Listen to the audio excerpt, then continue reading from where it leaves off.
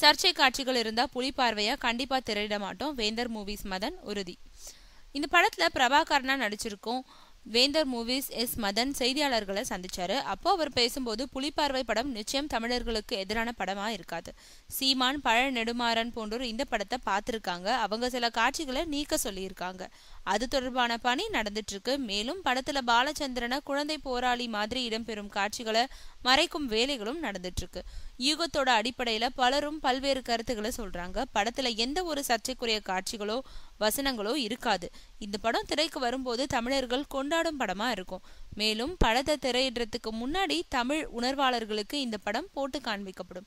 அவங்க படத்தை பார்த்து சர்ச்சை காட்சிகள் எதுவும் இருக்குன்னு ஒருத்தர் சொன்னா கூட கண்டிப்பா நாங்க இந்த படத்தை வெளியிட மாட்டோம். அதனால எங்களுக்கு எவ்வளவு பெரிய நஷ்டம் வந்தாலும் கவலை இல்லைன்னு சொல்லியிருக்காரு.